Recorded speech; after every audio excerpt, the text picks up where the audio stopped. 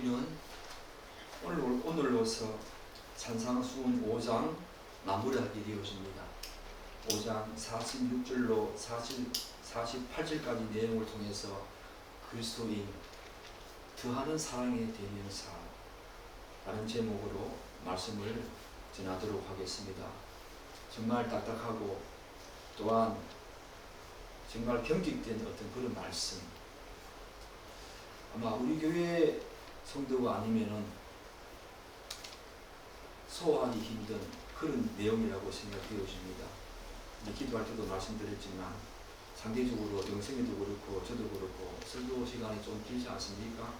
그리고 내용 자체가 스토리식의 내용이 아니기 때문에 듣기에는 굉장히 거북스럽고 딱딱하고 좀 단단한 음식을 먹는 그런 느낌을 여러분이 많이 받으실 텐데, 그럼에도 불구하고 지금까지 잘 순종하시고 따라오신 것에 대해서 감사합니다. 5장 마무리하면서 저도 많은 생각들을 하게 되었습니다. 과연 이 말씀대로 제가 살아가고 있는가? 여러분도 그런 생각을 하시기 싶은데 우리는 살아내야 하고 또 그렇게 살아야 합니다. 오늘 이 말씀을 통해서 한 번 더 왜 그렇게 살아야 하는가? 우리에게 더 하라고 하는 사랑이 무엇인가? 다시 한 번 더 깨닫게 되는 은혜 있도록 은혜 있기를 간절히 축복합니다.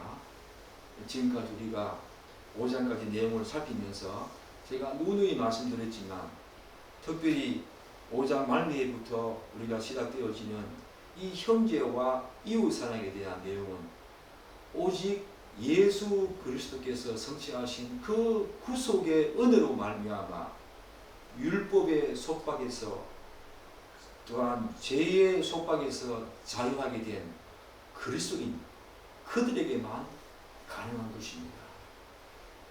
그럼에도 불구하고 우리는 지난주에 그 말씀 내 원수까지 사랑하라는 이 예수님의 명령을 대할 때마다 우리가 과연 세상이 감당할 수 없는 이 어마어마한 사랑을 실천할 수 있을지에 대해서 많은 반문과 회의감을 우리 스스로에게 던지곤 합니다.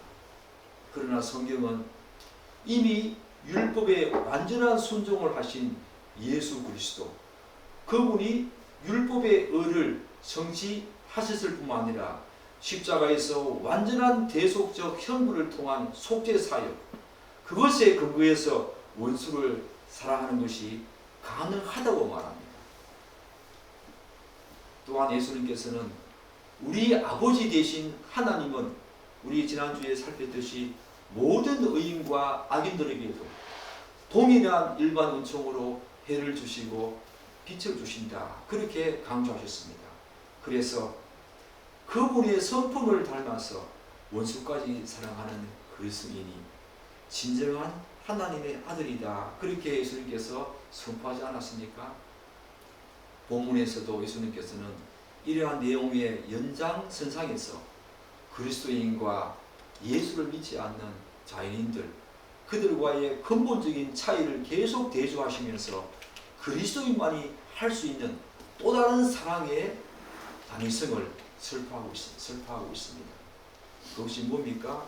바로 46절 우리 한번 읽어볼까요? 너희가 너희를 사랑하는 자를 사랑하면 무슨 상관이 있으리요? 세리도 이같이 하지 아니하느냐. 사랑하는 여러분, 본문에서도 예수님께서는 무엇을 강조하고 있습니까? 본문에서 예수님께서 강조하시는 그 방점은 세리와 이방인들보다 더하는 사랑을 예수 믿는 사람들은 해야 한다, 그 말씀이죠. 이 말씀은 앞에서 우리가 살펴본 그리스도인과 이 그리스도인의 권리와 의무, 그것과도 깊은 관련이 있지 않습니까?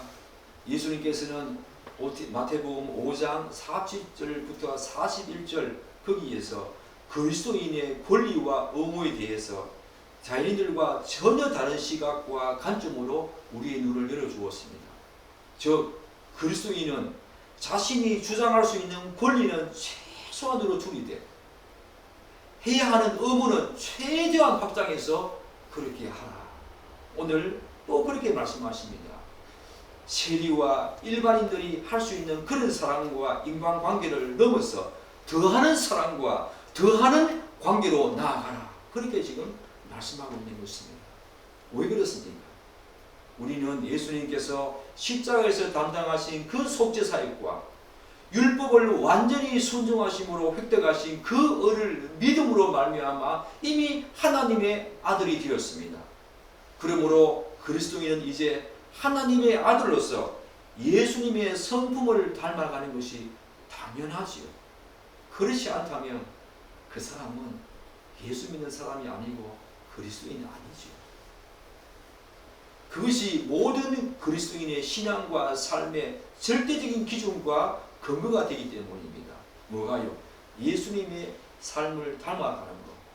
그것이 바로 예수 믿는 그리스도인, 그들의 절대적인 삶의 기준과 근거가 되기 때문에 우리에게 이런 요구를 하고 있는 것입니다. 사랑하는 여러분, 어떻게 우리가 그렇게 살아야 합니까? 예수님께서 이렇게 말씀하십니다. 너희가 너희를 사랑하는 자를 사랑하면 무슨 상이 있으리요? 세리도 그와 같이 하지 않느냐? 그리고 47절에서는 너희가 너희 형제에게만 무난하면 남보다 더하는 것이 무엇이냐? 이방인들도 이같이 아니하느냐? 그렇게 말씀하십니다. 이 두 가지 내용은 비록 다른 삶의 신뢰지요. 세리와 이방인들, 이 두 가지 내용은 다른 그런 신뢰이지만 유사한 점이 있지요. 그게 뭡니까? 그것은 위에서 살펴본 너희 원수를 사랑하라. 이 말씀의 대명제, 이 말씀을 대명제로 깔고 전제로 하고 특별하고 더하는 사랑을 지금 우리에게 요구하고 있는 것입니다. 그 사실을 우리에게 권면하고 있는 것입니다.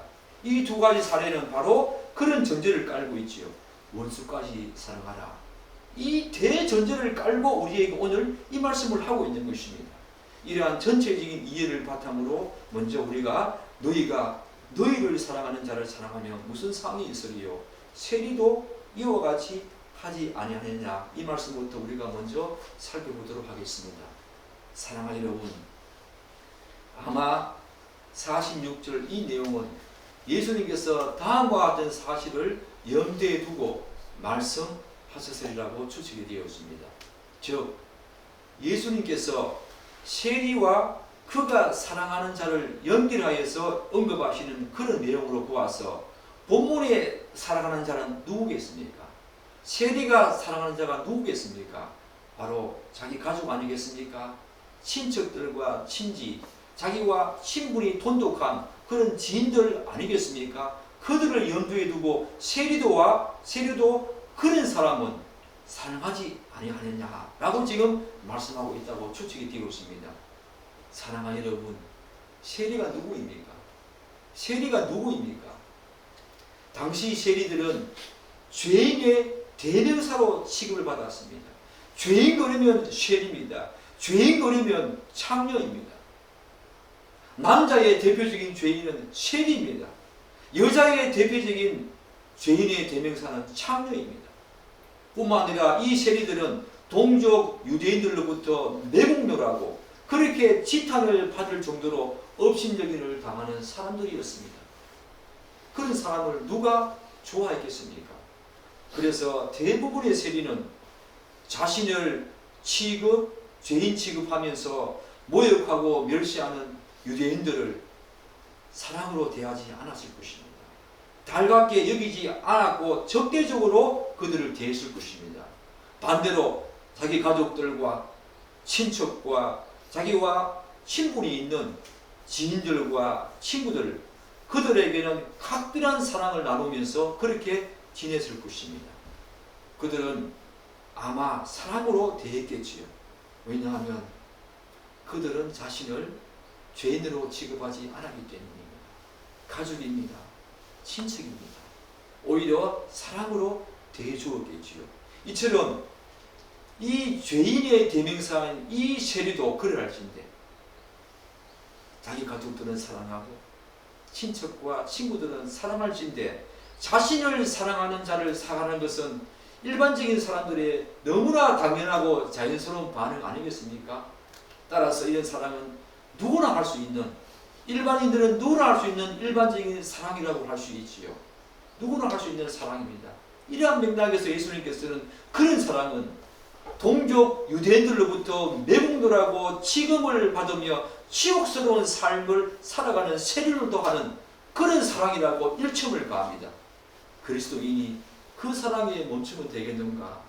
세리들도 그렇게 하는데 말이다 라고 하면서 세리의 사랑을 우리에게 갖다 대면서 우리의 사랑이 그러하면 되겠느냐라고 우리에게 일첨을 지금 가하는 것입니다. 그런데 안타깝게도 오늘날에는 이런 일반적인 사랑도 당연한 논리로 받아들일 수 없는 그런 불행한 사랑이 불행한 현실이 되었습니다. 그렇지 않습니까? 가족이 다 무너집니다. 친구가 사기를 치고 배신합니다. 자기와 친분이 돈독했던 지인들이 때로는 자신에게 붙었다가 유익과 이익이 없으면 얼마든지 떠나가는 상황이 오늘날 우리의 현실 모습 아닙니까? 이런 일반적인 사랑도 우리가 쉽게 찾아볼 수 없는 그런 안타까운 현실이 되었습니다. 물론 대부분의 그리스도인들은 이런 일반적인 사랑 정도는 다 하면서 살이라고 저는 추측이 되었습니다. 그러나 예수님께서 우리에게 요구하시는 그리스도인 사랑은 이 정도로 그치면 안 되겠지요. 이 정도는 당시 가장 큰 죄인으로 취급받으며 동족 유대인들로부터 온갖 비난과 질타의 대상이 되었던 세리인들조차도 다 한다는 것입니다. 죄인의 대명사인 세리도 그런 사랑은 한다는 것입니다. 따라서 이 내용은 세리들도 그럴 것인데 하물며 그리스도인 우리의 사랑은 어떠해야 되는가 라고 하는 사랑에 대한 근본적인 질문을 우리에게 지금 제기하고 있는 것입니다. 그렇다면 그리스도인의 사랑의 특징은 어떤 모습이어야 하는가? 예수님께서 우리에게 요구하시는 사랑은 지극히 자기중심적이고 자기 유익과 이익을 위해서는 동족 유대인들과도 헌신자까지 배신하는 그런 세리와 같은 사랑, 그런 사랑을 초월하는 사랑이지요. 하나님의 아들로서 이 땅을 살아가는 모든 그리스도인들은 이보다 더 위대하고 고귀하고 존귀한 사랑을 해야 합니다. 이 고귀한 사랑은 우리가 흔히 알고 있는 일반적인 사랑보다 깊이가 더 깊고 넓이가 더 넓은 그런 사랑을 말하겠지요. 깊이도 깊어야 합니다. 범위도 더 넓어야 합니다. 더 하는 사랑은 그런 특징을 갖고 있겠지요. 본문의 예에서도 알 수 있듯이 자기를 사랑하는 자를 사랑하는 것은 너무나 당연하지요. 그거는 더하는 사랑이 아니지요. 그래서 자기를 사랑하는 자만 사랑하는 것이 아니라 원수까지도 사랑하는 더 깊고 넓은 사랑, 그런 사랑을 예수님께서는 지금 우리에게 요구하고 있는 것입니다. 뿐만 아니라 이 사랑은 이 세상에서 가장 윤리적이고 도덕적인 사람이 할 수 있는 그런 존귀한 사랑, 그 사랑보다도 더 많은 진심과 감동이 섞여있는 사랑을 말하겠지요. 사랑은 여러분, 우리가 알다시피 예수를 믿지 않는 사람들은 하나님의 참사랑을 알지 못합니다. 여러분과 저는 하나님의 참사랑을 알고 있지 않습니까? 하나님의 아들이 직접 이 땅에 오셔서 우리를 사랑하셨습니다. 우리의 죄를 대신해서 십자가에 달려 죽으시기까지 우리를 사랑하셨습니다. 우리는 그런 사랑을 이미 알고 있는 사람 아닙니까? 그래서 어떤 사람이 이 세상의 범인들이 할 수 없는 참으로 경이롭고 놀라운 사랑을 행한다고 하더라도 그것은 고작 이 세상에서 존경받고 우리로 볼만한 그런 사랑대 그런 사랑 정도에 불과하지. 우리는 그런 사랑을 넘어서야 합니다.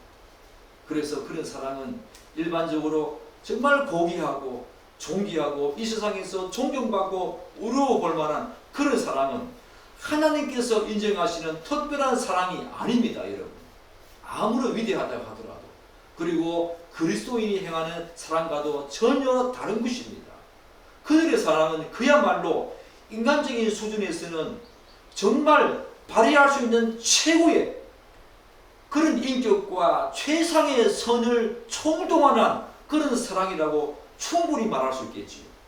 그럼에도 불구하고 그들의 사랑은 세상 사람들의 윤리적인 기준과 표준은 될 수 있지만 하나님의 사랑을 담은 존귀하고 특별한 사랑은 결코 아닙니다, 여러분. 이런 사랑은 우리만 할 수 있습니다.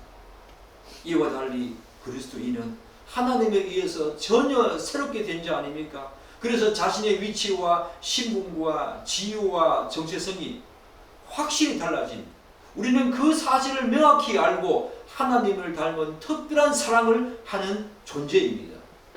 그래서 예수님께서는 그런 사랑을 하지 않는 그리스도인은 오늘 뭐라고 말합니까? 천국에서 상이 없다, 그렇게 말씀하고 있는 것입니다.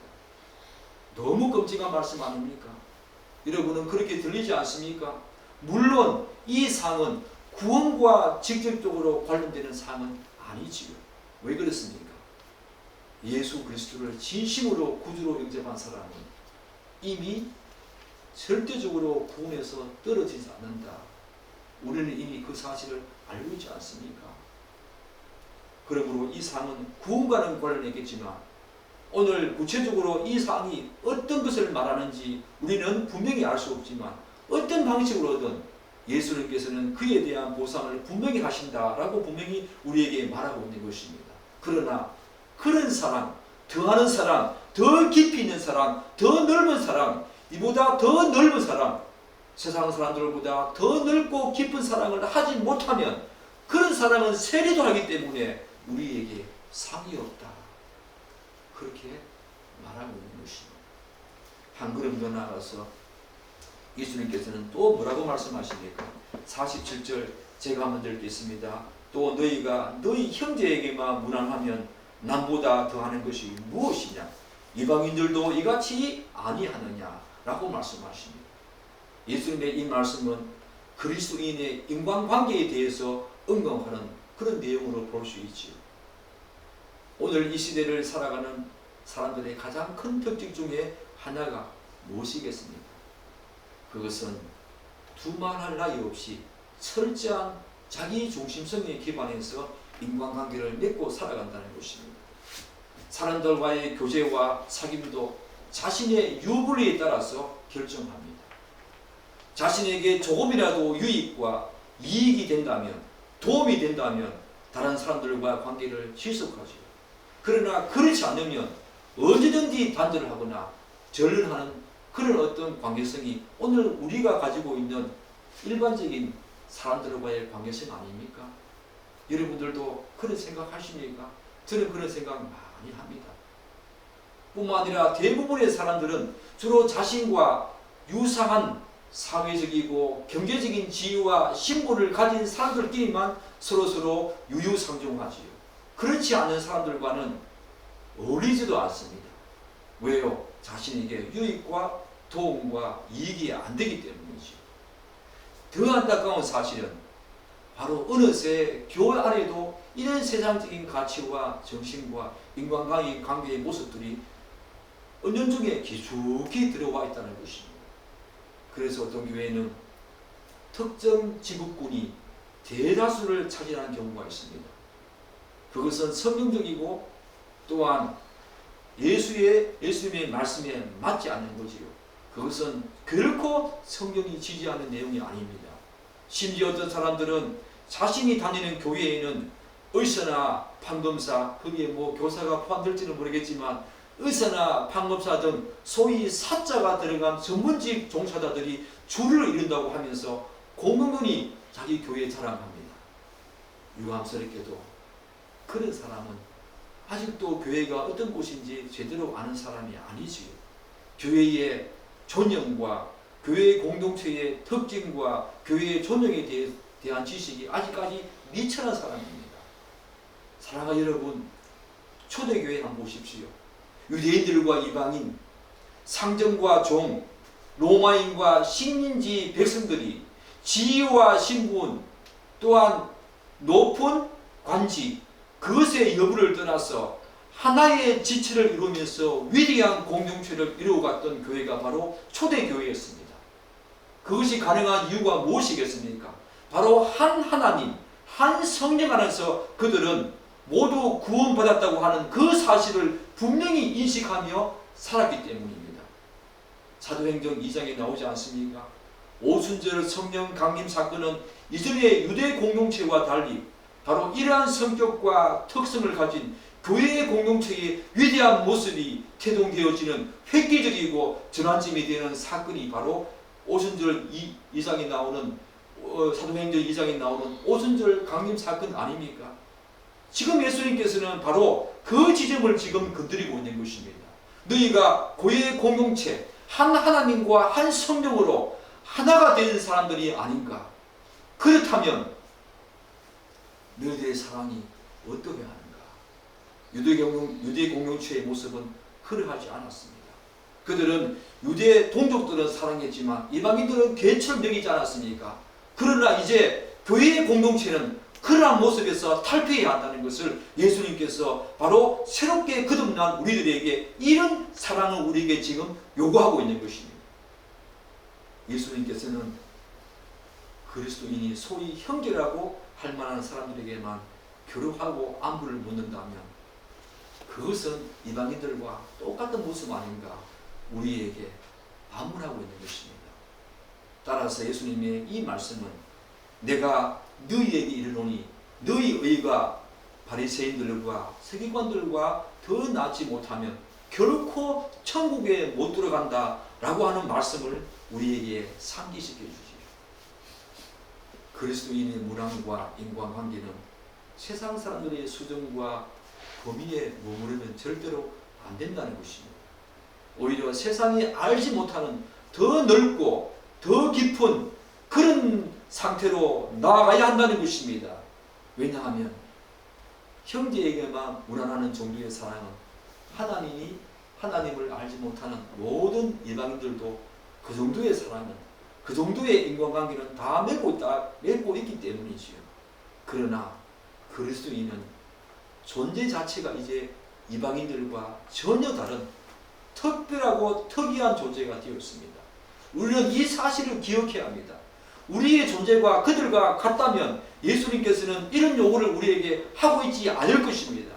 우리의 존재 자체가 이미 그들과 전혀 다른 특별하고 특이한 존재이기 때문에 예수님께서는 이런 위대한 사랑을 우리에게 지금 요구하고 있는 것입니다. 뿐만 아니라 예수님의 은혜와 하나님의 절대적인 사랑으로 구원받은 그리스도인은 그런 정도의 사랑에 만족하면 안 되죠. 이러한 차원에서 결론적으로 예수님께서 그리스도인에게 기대하는 궁극적인 모습을 오늘 본문에서 우리가 발견할 수 있지요. 우리 다 같이 예수님께서 이런 위대한 사랑을 통해서 우리에게 궁극적으로 기대하는 모습 다 같이 우리 48절 한번 읽겠습니다. 그러므로 하늘에 계신 너희 아버지의 온전하심과 같이 너희도 온전하라. 예수님의 이 말씀은 그리스도인의 신앙과 삶의 가장 중요한 토대입니다. 분명한 방향성을 시사해주는 잣대입니다.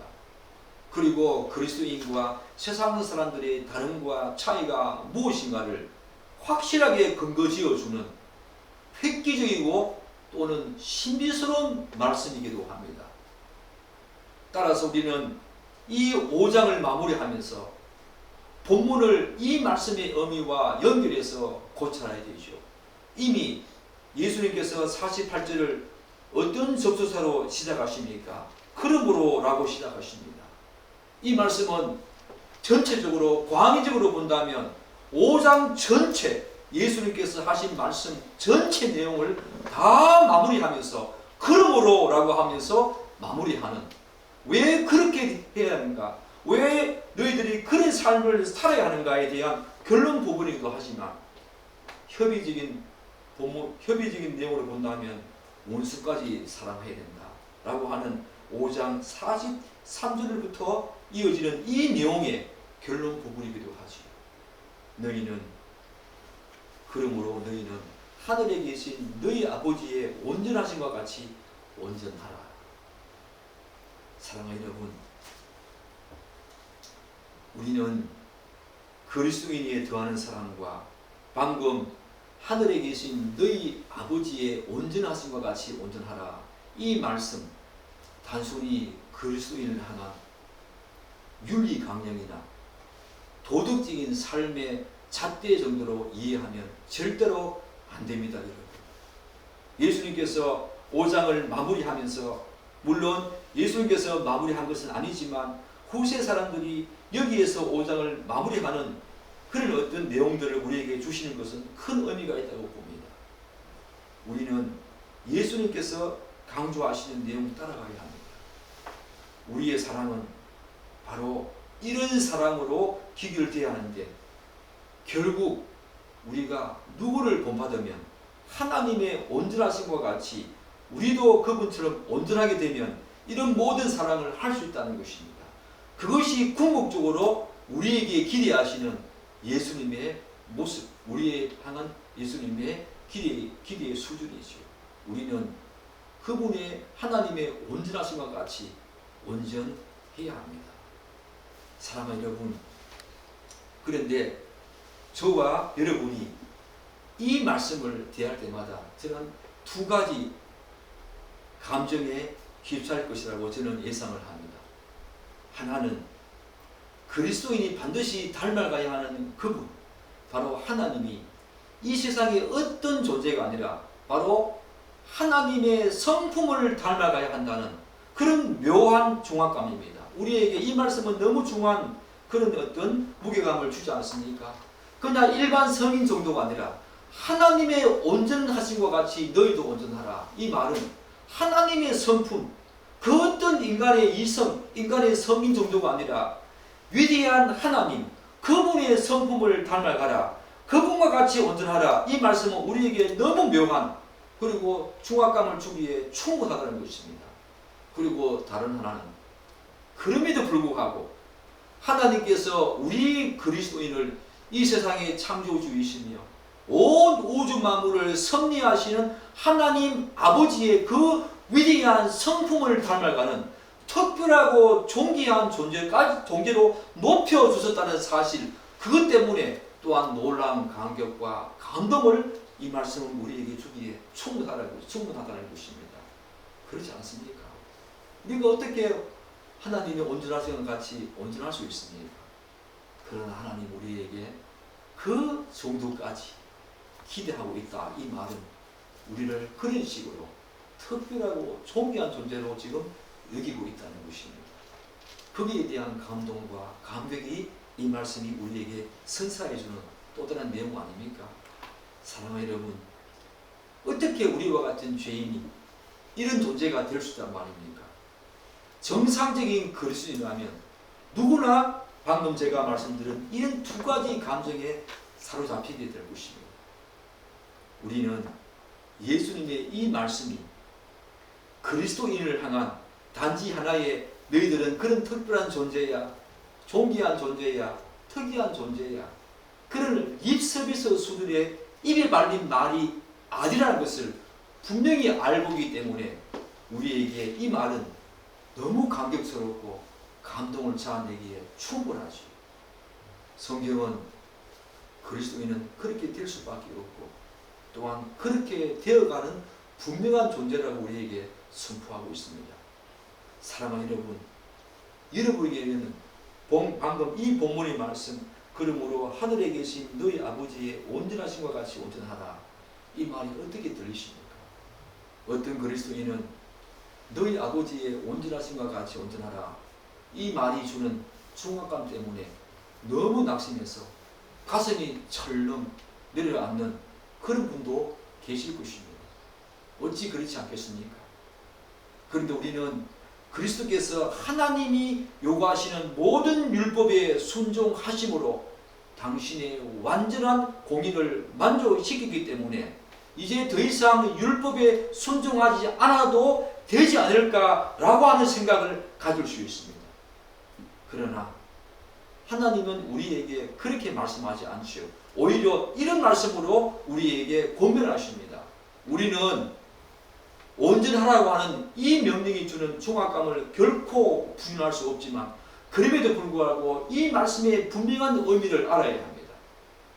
그래야만 우리가 왜 더하는 사랑을 해야 하는가, 왜 원수까지 사랑해야만 하는가에 대한 분명한 이해를 할 수 있다는 것입니다. 사랑하는 여러분, 이 말씀이 내포하고 있는 가장 중요한 의미가 무엇이겠습니까? 저는 두 가지 정도로 이야기할 수 있다 생각합니다. 이 말씀은 어떤 의미를 내포하고 있습니까? 하늘에 계신 너희 아버지의 온전하심과 같이 너희도 온전하라. 첫 번째는 하나님의 자녀가 된 그리스도인들은 하나님의 온전한 뜻이 무엇인지를 먼저 알아야 한다는 것입니다. 그리고 그 하나님의 온전한 뜻이 반영된 하나님의 말씀과 계명을 좋게 여겨야 한다는 것입니다. 이러한 맥락에서 바울은 로마서 12장에서 우리에게 그 위대한 말씀을 하고 있지 않습니까? 너희는 이 세대를 본받지 말고 오직 마음을 새롭게 함으로 변화를 받아 하나님의 선하시고 기뻐하시고 온전한 뜻이 무엇인가 분별하라. 그렇게 말씀하고 있지 않습니까? 베드로도 그렇게 말하고 있습니다. 이제 너희는 이방인의 뜻, 그들의 생각, 너희들이 예수를 믿기 전에 이방인들과 똑같은 뜻으로 똑같은 마음으로 살았던 것, 그것에서 벗어나서 이제 이방인의 뜻이 아니라 하나님의 뜻이 무엇인가를 분명히 알고 살아라고 베드로전서 4장에서 그렇게 말씀하십니다. 이제는 우리 이방인의 뜻대로 살면 안 된다는 것입니다. 이 말씀은 하나님의 온전하신 것 같이 온전하라. 이 말씀은 하나님의 온전한 뜻이 무엇인가를 먼저 분별해야만, 먼저 분별하라. 그 말씀이 이 말씀 속에 내포되어 있지요.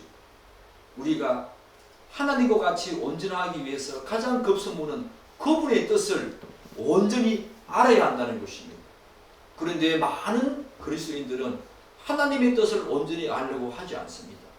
오히려 이 세상의 흐름과 가치와 세상관과 물질관, 세계관, 그런 문화를 따라가려는 경향성이 짙지요. 이러한 경향성 때문에 오늘 많은 사람들이 조국, 교회와 또한 우리 성도가 세상으로부터 지탄을 받는 가장 중심적인 이유가 무엇입니까? 하나님의 뜻을, 그분의 온전한 뜻을 모르기 때문입니다. 주직컨대 그분이 기쁘시고 온전한 뜻을 제대로 알지 못한 채 신앙생활을 하는 사람들은 마치 운전대 없이 운전하는 경우와 똑같이요. 운전대 없이 차를 몰고 가는 그런 경우와 똑같은 무모한 행위인 것입니다.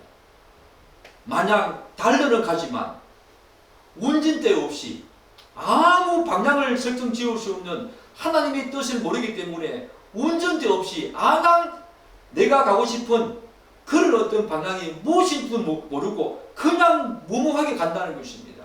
그것은 하나님의 뜻을 행하는 것이 아니죠. 그러면 나중에 7장에서 말하듯이 하나님의 뜻을 행하지 아니하면 선지자 노릇하고 귀신 쫓아내고 많은 사람들에게 권능을 행했다 하더라도 결국 천국에 들어가지 못한 어리석은 자로 전락하고 마는 것입니다. 하나님의 뜻을 알아야 합니다. 결국 그 종국은 하나님의 온전한 뜻을 모르고 그렇게 사는 사람들의 종국은 멸망이지요. 그렇지 않다면 그의 신앙과 삶은 결코 하나님이 기뻐하시고 또한 온전한 뜻을 말씀하신 이 내용을 전혀 제대로 지키지 못하고 그렇게 사는 그런 정도에 불과하겠지요. 바리새인들과 세계관들과 똑같은 삶, 그런 삶을 살 수밖에 없겠지요.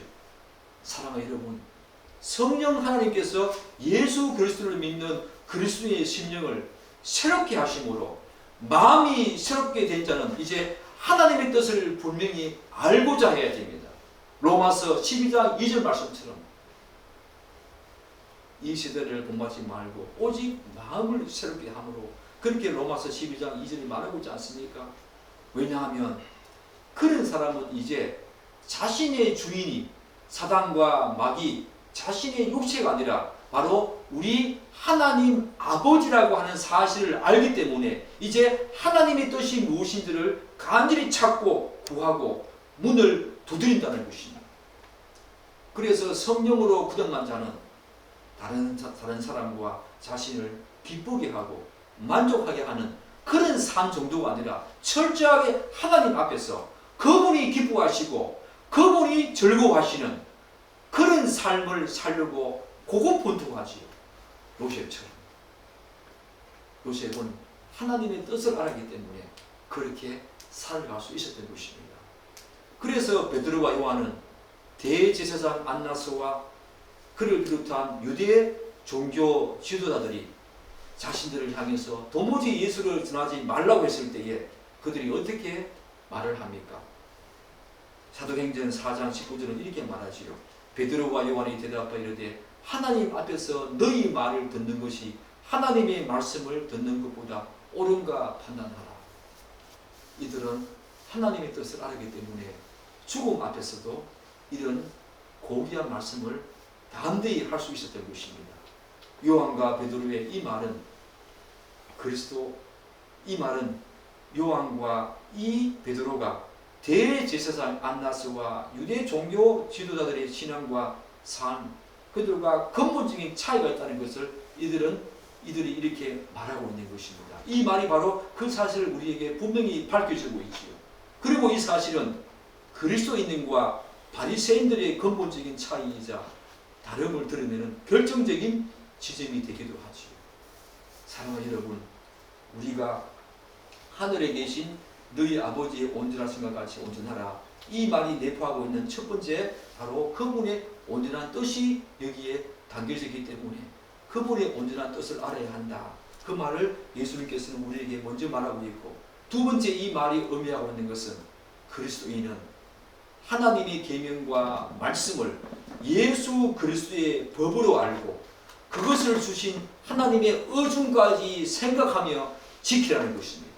이제 하나님의 온전하신 것 같이 온전한 이 말은 하나님의 온전한 뜻이 무엇인지 알고 그분의 의중을 분명히 알았으니 그 의중까지 생각하면서 지키라는 것입니다.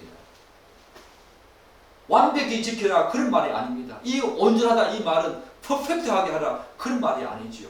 그분의 의중까지 알고 그분의 사랑을 담아서 그렇게 진정성과 진심을 담아서 하나님의 말씀을 그렇게 살아내라 그렇게 우리에게 말하고 있는 부분입니다. 여러분이 왜 이 말씀에 너무 강한 중압감을 느낍니까? 퍼펙트하게 살아라 이런 말씀으로 들려지기 때문입니다. 그렇지 않습니다. 완전하다 온전하다 라는 말은 전혀 다른 것입니다. 온전하다 이 말은 그분의 의중까지 알고 그분의 뜻을 알았으니 이제 진정성과 진심을 담아서 전 인격을 다해서 하나님의 말씀과 계명을 그렇게 지키며 순종하며 살아내라. 우리에게 그 말씀을 하고 있는 것입니다. 따라서 이 사실은 바리새인들과 서기관들의 율법관과 전혀 다른 방식의 율법에 대한 순종을 우리에게 말하고 있는 것이죠. 그러므로 우리는 자인들보다 더하는 사랑을 할 때 하나님의 마음을 가지고 진심으로 그래야 합니다. 지금 예수님께서는 바로 그 지점을 우리에게 말씀하고 있고 그런 맥락에서 이 말씀을 하고 있는 것입니다. 그래서 그리스도인은 하나님의 말씀과 계명을 겉으로 드러내는 그런 외적인 행동으로 겉으로 드러내는 인간적인 방법으로 지키면 안 된다는 것입니다. 하나님은 하나님의 온전하심과 같이 그분은 온전하십니다. 그분은 진실하십니다. 그분은 모든 일을 행할 때 진심으로 하십니다. 그분은 자신의 뜻에 따라서 하나님의 역사를 감당하십니다. 그처럼 그분의 온전하심과 같이 우리도 하나님의 계명과 말씀을 지킬 때에 그분의 그 진심을 가지고 그분의 그 진정성을 가지고 이 땅을 그렇게 살아내라. 그런 말씀을 오늘 우리에게 하고 있는 것입니다. 하나님은 분명히 질서의 하나님이시고 정확하신 분이십니다. 우리는 하나님을 빈틈이 있거나 혹은 대충 넘어가도 되는 사람처럼 되는 존재처럼 생각하면 안 된다는 것입니다. 그런데 저와 여러분이 경험하듯이 그리스도인이 하나님의 계명과 말씀을 지킬 때에 그분의 의중과 의도들을 다 담아가지고 아무리 최선을 다한다 하더라도 절대로 완벽히 행할 수가 없지. 그것이 여러분과 저의 고민 아닙니까? 최선을 다해서 오늘도 내일도 그렇게 기도하면서 그분의 능력을 덧입어서 최선을 다해서 하나님의 온전하심, 그분의 그 의중과 진심과 사랑과 정성을 담아서 그렇게 다른 사람을 사랑하고 더 깊이 더 넓은 사랑을 하고 싶지만 그럼에도 불구하고 늘 좌절하는 모습이 우리에게 많이 있지 않습니까? 이것은 모든 그리스도인이 경험하는 너무도 확실한 그런 사실 아닙니까? 오늘도 좌절하고 절망합니다. 내일도 그럴 것입니다. 우리는 죽을 때까지 그런 삶을 계속적으로 살 것입니다. 그래서 바울은 빌립보에서 뭐라고 말합니까? 내가 이미 얻었다 함도 아니요 이미 온전히 이루었다 함도 아니라 이미 온전히 이루었다 함도 아니라. 사랑하는 여러분, 하나님은 우리에게 이것을 기대하고 있습니다. 지금 당장 온전해져라 그렇게 말하고 있지 않습니다. 우리는 주님 앞에 갈 때까지 바울이 한 말과 같은 생각과 모습으로 이 땅을 살아야 합니다. 따라서 우리는 다음과 같은 질문을 가질 수 있지요. 이를테면 예수님께서는 이런 그리스도인의 상태와 모습을 우리가 온전히 그분의 뜻을 따라서 살지 못할 것을 분명히 아심에도 불구하고 왜 이런 말씀을 우리에게 하고 있는지 궁금할 수 있습니다. 저는 그런 궁금증을 가지게 되었습니다. 그 이유를 알기 위해서는 온전하라 이 말 속에 어떤 의미가 전제되어 있는지 알아야 하지요. 그리고 그 전제를 밝히는 것은 뭐냐면 너희 아버지라는 말에 주목해야 합니다. 예수님께서는 이렇게 말씀하신 이유는 하나님께서는 우리 아버지로서 당신의 자녀들이 당신의 마음과 당신의 진정성을 가지고 그분의 말씀과 계명을 온전하게 행하기를 간절히 원하고 있다는 것입니다. 우리에게 완벽을 기대하고 있는 것이 아닙니다. 우리는 자꾸 완벽을 기대하고 있다라고 생각하니까 너무 중압감을 가지고 이 말씀을 대하지만 그렇지 않습니다. 이 말은 신앙의 성숙도와도 깊은 관련이 있지요. 성숙한 그리스도인은 하나님을 자신과 아무런 관련성이 없는 제3자로 대하지 않습니다. 그리고 하나님의 말씀을 그런 식으로 대하지 않습니다. 그리스도인은 하나님이 우리 아버지라는 사실을 알기 때문에 그분의 말씀을 단지 의무적으로 억지로 하거나 지키려고 하지 않습니다. 진정성 없이 순종하지 않습니다. 하나님 아버지에 대한 그리스도의 순종은 그분의 자녀로서 진실과 진정성을 담은 순종이지요. 그 순종을 우리에게 지금 기대하고 있는 것입니다. 완벽한 순종이 아니라 우리의 진정성, 우리의 진실성, 하나님 자녀로서의 그런 진정성과 진실성, 그것을 우리에게 지금 요구하고 있는 것입니다. 그래서 하나님께서는 당신의 자녀들이 비록 여전히 어설프고 어리석은 모습을 여기저기에서 드러내고 노출시킨다고 하더라도 그것조차도 우리가 진정성을 가지고 전 인격을 다해서 진실된 마음을 가지고 하나님 말씀을 지켜내려고 할 때 하나님은 그 자체로 우리를 기뻐하신다는 것입니다. 비록 완벽하지 않아도. 사랑하는 여러분, 저도 자녀를 두고 있지 않습니까? 자녀를 둔 부모님들은 이 사실을 너무 잘 아실 것입니다.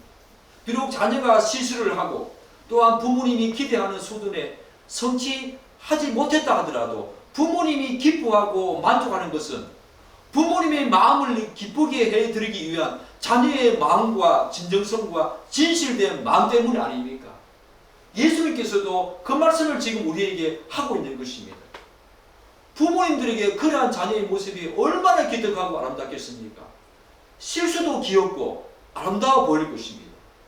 이러한 사실은 바로 하나님 아버지와 그분의 자녀된 그리스도인 사이에서도 마찬가지인 것입니다. 진실로 하나님은 우리가 어떤 자인지 처음부터 다 아십니다. 다 완벽하게 그분의 말씀을 지키지 못할 것이라고, 여전히 우리의 죄성을 가지고 있기 때문에 분명히 그렇지 못할 것이라고 다 아신다는 것입니다. 그러나 우리에게 뭘 요구하고 있습니까? 나의 온전한 같이 너희도 온전하라.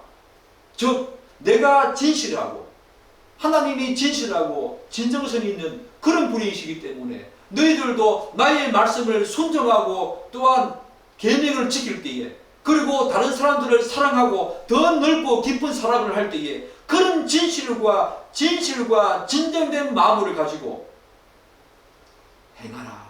그렇게 지금 우리에게 말하고 있는 부분이 너희 아버지의 온전하신 것 같이 너희도 온전하라. 그 말 아니겠습니까? 사랑하는 여러분, 저는 이 말씀을 마무리하면서 이 말씀을 드리고 싶습니다. 사랑하는 여러분, 사실은 하나님의 온전하신 것 같이 우리가 온전하게 되는 것은 모든 그리스도인의 영광스럽고 존귀한 궁극적인 결과입니다. 우리는 저 천국에서 하나님의 온전하신 것 같이 완전한 온전한 상태를 우리가 가지게 될 것입니다. 그것은 모든 그리스도인의 궁극적인 결과입니다. 그럼에도 불구하고 예수님께서는 지금 우리에게 이 땅에서부터 우리에게 이 말씀을 계시하고 있습니다. 왜 그렇습니까? 예수님께서는 장차 그리스도인이 맛보게 될 그 영광을 모든 그리스도인이 지금 이 땅에서부터 알고 누리기를 원하기 때문입니다.